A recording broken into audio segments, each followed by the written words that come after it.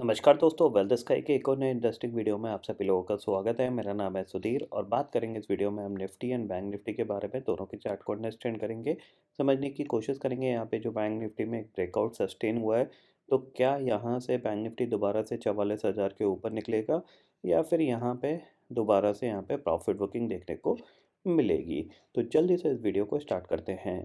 Video start करने से पहले सबसे पहले बात कर लेते हैं ग्लोबल मार्केट की।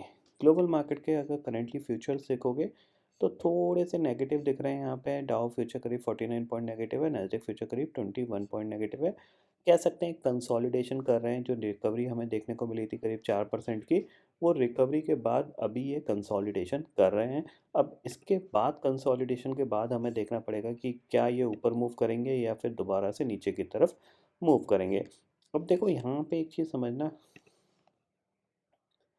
देखो सिंपल सी चीज़ है। अब आपको यहाँ पे देखो, एक यहाँ से मार्केट गिरा, ये पुल बैक हुआ, फिर ये गिरा। ठीक है। अब जाहिर सी बात है ये यहाँ से ये पुल बैक आया है, तो अब अगर इसको ऊपर जाना है तो यहाँ से एक थोड़ा सा छोटा सा करेक्शन लेके फिर ये इस तरीके से ऊपर निकल सकता है।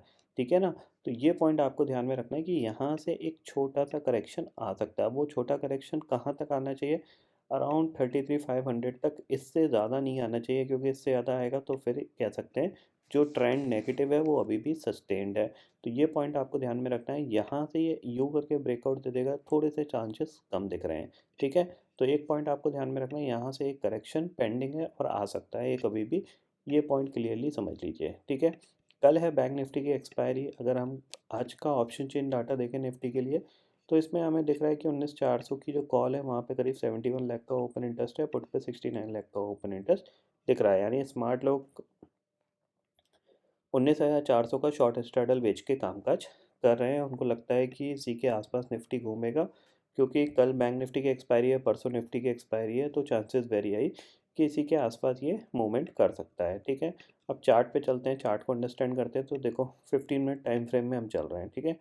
अब आपको यहाँ पे एक चीज़ ध्यान में रखिए कि जब तक ये लेवल नहीं टूटता तब तक यहाँ पे कोई सेलिंग प्रेशर आपको ज़्यादा देखने को नहीं मिलेगा। 19,300 के नीचे ही आप सेलिंग के लिए एक्टिव होइएगा। इंट्राडे में जो भी करेक्शन आते हैं वो थोड़े बहुत रिकवरी में ही कन्वर्ट हो जाते हैं। ये पॉइंट आपको ध्यान में रखना है। जैसे कि आज के दिन भी करेक्शन आया और रिकवरी में कन्वर्ट हो गया। अब ये धीरे धीरे कहीं ना कहीं 19,500 को टेस्ट करने की कोशिश कर सकता है, ये ध्यान में रखना।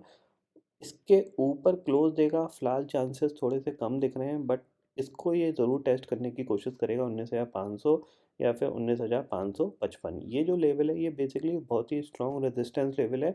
इसके ऊपर ट्रेंड पूरा चेंज होता हुआ दिखाई देगा, बट फिलहाल एक चीज़ ध्यान में रखिएगा, इसने नेगेटिव ट्रेंड को सस्टेन किया है, क्योंकि यहाँ से गिरा था, एक लो बना, फिर पुल बैक आया, फिर एक अनदर लो बन गया है। अब ये ऑलमोस्ट इसका 50%, ये जो पर्टिकुलर फॉल आया था इसके 50% के आसपास जाके यहाँ पे ये एक इम्पॉर्टेंट रेजिस्टेंस है। इसके ऊपर निकलेगा तो जाहिर सी बात है ट्रेंड दोबारा से पॉजिटिव होता हुआ दिखाई देगा, फिर ये लेवल एक इम्पॉर्टेंट रहेगा। बट बट जो फिलहाल सिचुएशन दिख रही है वो 19,550-60 के आसपास ये अटकता हुआ दिखाई दे सकता है। इसीलिए आपको ऊपर के लेवल पे क्या है, बाइंग बहुत स्लोली आ रही है, बहुत धीरे धीरे बाइंग आ रही है। कोई करेक्शन आता है उतने ही करेक्शन में बाइंग शार्प आती है, उसके बाद ये धीरे धीरे मूव कर रहा है। ठीक है। तो एक चीज़ ध्यान में रखिएगा, 19,300 के ऊपर जब तक ट्रेड कर रहा है तब तक पॉजिटिव है। आप पॉजिटिव साइड पे ज़्यादा ट्रेड फाइंड आउट कर सकते हो, अगर आपको मिलती है तो बहुत अच्छी बात है, अदरवाइज़ आप अवॉइड भी कर सकते हो। अब कल है बैंक निफ्टी की एक्सपायरी। तो बैंक निफ्टी के लिए इंपॉर्टेंट चीज़ क्या है? देखो, बैंक निफ्टी के लिए जो इम्पोर्टेंट है वो है आपका 44,000। इसके आसपास अगर मिलता है तो डेफिनेटली मैं सेल करना ही पसंद करूँगा, क्योंकि ये एक राउंड फिगर है और एक ही अटैम्प्ट में ये इसको क्रॉस कर देगा, चांसेस थोड़े से कम दिख रहे हैं। बट फिर भी एक चीज़ ध्यान में रखिएगा, अगर कोई गैप अप खुलता है, मान लीजिए 44,000 के ऊपर गैप अप खुल रहा है, तो ही आप सेल करिएगा। एक अदरवाइज़ इसको सेल मत करिएगा। धीरे धीरे ये ऊपर जाने की कोशिश कर सकता है, क्योंकि 43,800 के आसपास जाके थोड़ा सा और ये मूवमेंट दिखा सकता है। एक चीज़ ध्यान में रखिएगा, ये सेकंड हाफ का ये पुल बैक है, मतलब बेसिकली सेकंड हाफ की रैली है। तो नॉर्मली कभी कभार क्या होता है, मार्केट गैप अप खुलता है और ये फिर धीरे धीरे नीचे की तरफ आ जाता है दोबारा से। तो गैप अप खुलेगा उसी केस में सेल बनता है, अदरवाइज़ किसी भी कंडीशन में सेल नहीं बनता है। ये पॉइंट आपको ध्यान में रखना है। अगर 44,000 के ऊपर खुलता है तो डेफिनेटली एक बार सेल करके काम किया जा सकता है। अगर ये फ्लैट खुलता है तो कोई भी करेक्शन आता है तो दोबारा से आप बाय करके काम कर सकते हो। ये पॉइंट आप क्लियरली ध्यान में रखिएगा।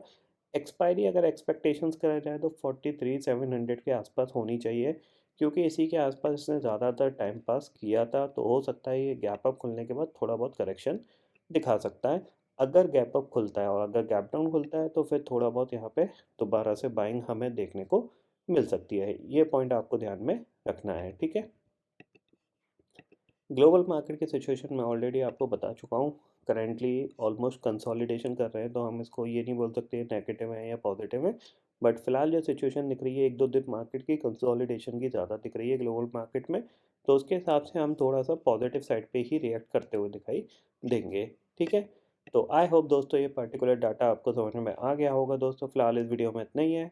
आई होप ये वीडियो आपको पसंद आएगा। वीडियो पसंद आता है तो लाइक और शेयर ज़रूर करिएगा और चैनल को जो सब्सक्राइब कर लीजिए, क्योंकि मैं सुधीर लेके आता रहूँगा हर दिन आपके लिए नए नए वीडियो इसी के साथ। शुक्रिया दोस्तों, जय हिंद।